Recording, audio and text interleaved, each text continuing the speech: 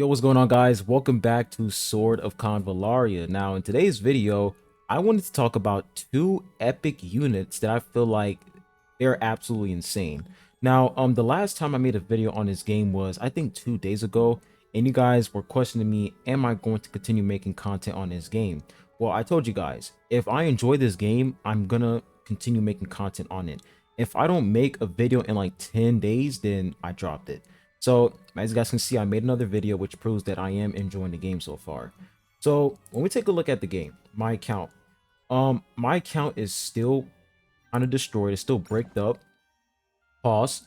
What I mean by bricked up means that the account is absolutely toasted. So I still have Rwea, and we also have Fake Out, because Fake Out we got him for free on day 2, I think, or day 3 in a login event. And we also have Matha. But the two units I wanted to touch on is Butterfly and Lash. These two characters, they're pretty much proving that epic heroes in this game have potential. I do feel like in the long run, legendary heroes, they will always be, the best ones because that's like the highest rarity. But epic units, they definitely have utility in their kit. So the first unit I wanted to touch on is Butterfly. So this unit right here, after I got her, I was like, you know what? Since I have this unit, let me go ahead and check out her kit. This unit seems pretty insane. So for one of her skills right here, if we come over here to rank, so for rank 1, it says Suppressive Blow. A single target attack deals 110% damage and inflicts reaction skills, active skills, and passive skills lasting for 2 turns. So she can pretty much silence enemies who pretty much activate a reaction, active, or passive skill. They're going to be completely ineffective against this unit right here. And it says for active skills, it says debuff control disruption, unable to cast any of the active skills aside from basic attack. And for passive skills, a debuff control disruption renders all passive skills ineffective. So she basically has some debuffs in her kit. So this is the one that I chose. For this part right here, it says inspired healing. It's pretty much just healing and that's it. So I do feel like the suppressive blow is really, really good for this unit. Now for rank 3, this is where things start to get crazy. So it says Enchanting Dance support instant. If we take a look at instant, it says after casting the skill, the character can inherit their remaining mobility and continue their action. So what instant means in this game is that after your character uses a skill, they can have an additional turn. They can't do an additional attack, but they can move around the battlefield pretty much. So after she uses the skill, she can move again. And it says swaps positions with any character within 3 tiles, and the character gains move to and shift for 1 turn. So when we take a look at these two, it says increases the distance the character can move by 2 tiles. It in shift says attack inflicts critical damage when it's a back attack. So this is insane. The fact that she's able to have an additional turn after she uses this skill, and then on top of that, she's increasing her allies, like she can pretty much increase the distance that your allies can move, and she's also buffing their crit damage when they're attacking enemies in the back. This is very, very nice. It can really, really work well with units like Cole, because Cole's like an assassin unit, so this can really work well with him. And yeah, this support skill is really insane. Now this is another healing. A skill says heals all allies within a 2-tile radius of the target, recovers 30% of HP, and converts 2 random debuffs into level 1 buffs lasting for 2 turns. So she can literally turn debuffs into buffs, into level 1 buffs. And the level 1 buffs are attack up, crit up, physical defense up, magic defense up, and healing up. This is insane. For an epic unit, I'm kind of shocked. And then when we look at these remaining skills, I mean, it just gets better and better. I'm pretty sure you guys can take a look at her skills. But the top two the top 2 craziest skills for this character is the Enchanting Dance, the Blessing, and the Suppressive Blow. Like, I'm surprised that, epic heroes in this game are actually pretty good. Now, when we take a look at Lash right here, Lash is also pretty solid because this skill right here, a Whip of Blame, she can pretty much use this skill 2 times. It's really, really good. It says deals 60% damage to all enemies in a straight line of 5 tiles in the target direction. continuous attack and deals piercing damage equal to 30% of the character's magic attack.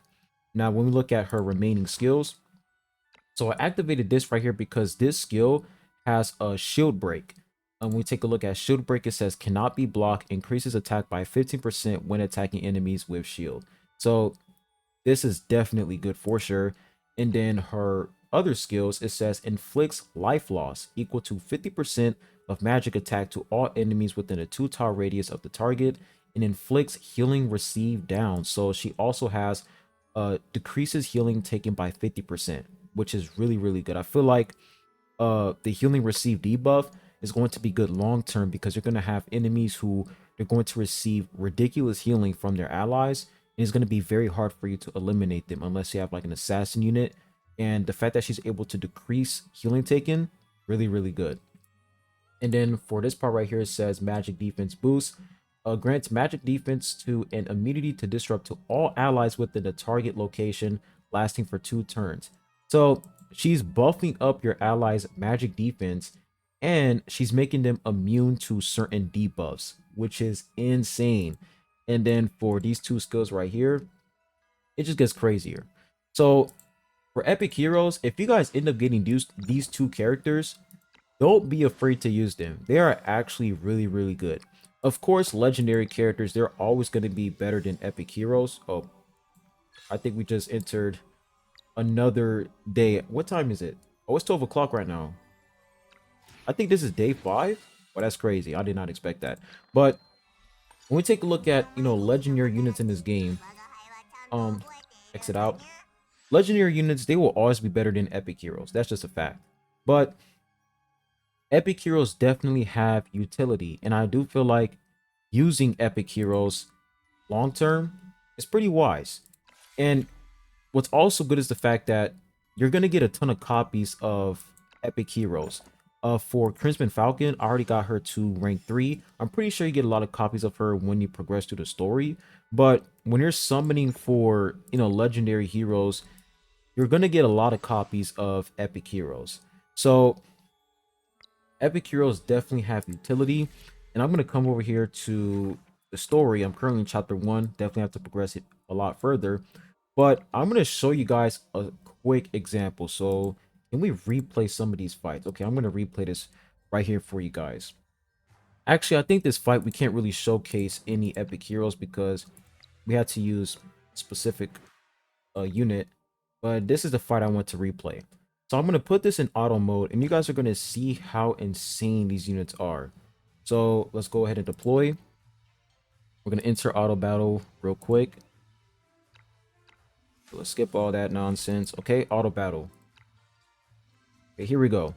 So just take a look at these 2 units. We have Lash and Butterfly. What's insane is the fact that she's able to swap with like another one of your allies' position, and look at that. You see that attack? She can use it 2 times. That is very useful, and the fact that it's a straight line, very nice. So I'm gonna go ahead and take it out of auto real quick because I really want to show her swap mechanic. Let's go ahead and backtrack because we lost it right there. Okay, now I think we have to backtrack just a little bit more. Yeah, right over here. Let's backtrack it over here. Let's move this guy in the back, and then we're going to put the trap right here. There we go. And then now when we have these skills right here, so this one says support instant swaps position with any character within 3 tiles, and the character gains move 2. So I want to use this on, I'm going to use this on my, this unit right here. Rawia, we're going to click confirm. There we go. Look at that. Swap. And then I can attack. Get rid of the enemy. That is so useful. So if there's like an emergency where you have to swap out one of your tank units if they're taking so much damage, you can use Butterfly to pretty much swap, quick swap with that tank unit, and they're not going to die. Like, that swap is so useful. And the fact that she's an epic unit, everybody's going to be able to, have access to that character. So for this part right here, we're just gonna stand by. We're not gonna use our attacks at all. Which one can I explode? I'm gonna explode this. Is it gonna reach him? Let me see. It doesn't. That's unfortunate. Okay. So now this guy, he can activate again. I'm gonna go ahead and use his trap again. Actually, let's come over here. Let's put his trap right here. So when they step inside, they're just gonna get sniped. And then for you, we're gonna move you up here. And then unfortunately, she can't do anything, which is perfectly fine. We're just gonna make her stand by. Okay. Now for Ruia, we're just gonna put you up front, right over here. Nice, he stepped inside, which is totally fine. And then, can we use this? I think we can use this. Let me see if we can actually use this. No, we can't use this. Unfortunate. But let's go ahead and move her up here. And we can actually attack this guy, which is really, really dope. There we go. So he's done. I thought he died. 1 HP is crazy. Okay. Now I'm going to go ahead and move this guy in the back right here. And then we're going to activate the trap again because we don't want him to die. If he dies, it's game over. Let's go ahead and get rid of this guy. Here we go.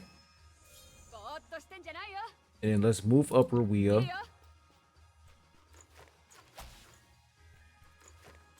Okay, now that guy's dead. Now all we have to do is just pretty much continue.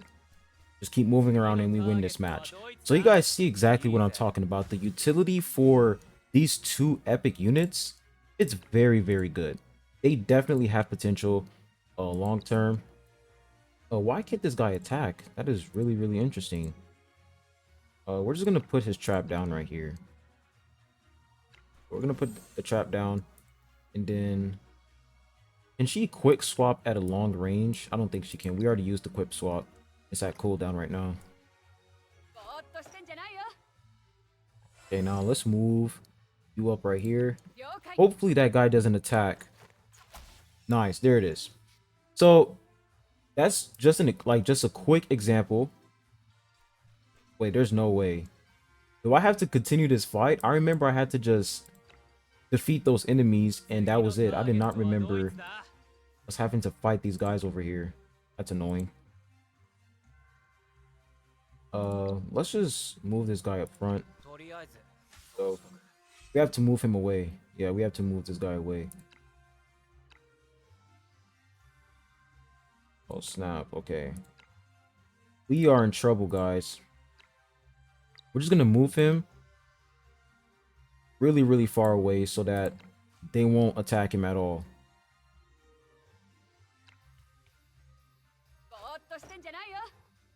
Okay. This is intense. I'm not gonna lie. This is intense. And that's the one thing I like about this game. We died. But the thing is, we literally won this fight. I just wanted to show you guys these two characters. So we're just gonna exit the round. We already beat it. There's no point. Do I really have to backtrack again? Let me just select backtrack. Here we go. And then let's just exit out. I just want to show you guys those two characters and their potential. And yeah, the whole point of this video is to pretty much tell you guys that if you end up getting an epic unit, don't be afraid to use them.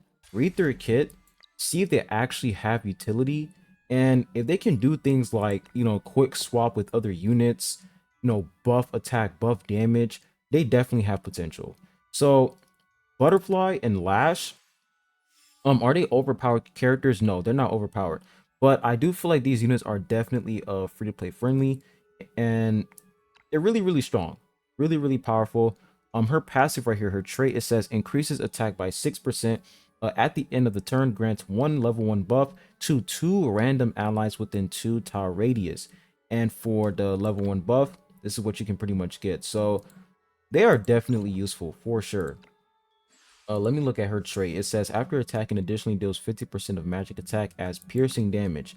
And piercing damage, it says a specific damage type that refers to direct damage that ignores the target's physical defense and magic defense.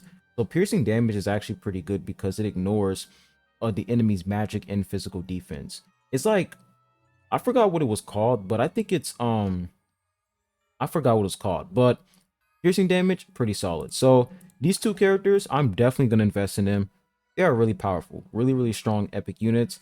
And pairing them up with a DPS character like let's say this guy, for example, Cole, um, definitely going to be good overall. So yeah, that's pretty much all I have for you guys in today's video. Make sure you hit the like button, subscribe if you haven't. I really appreciate it. And I'll be catching you guys on the next one. Peace.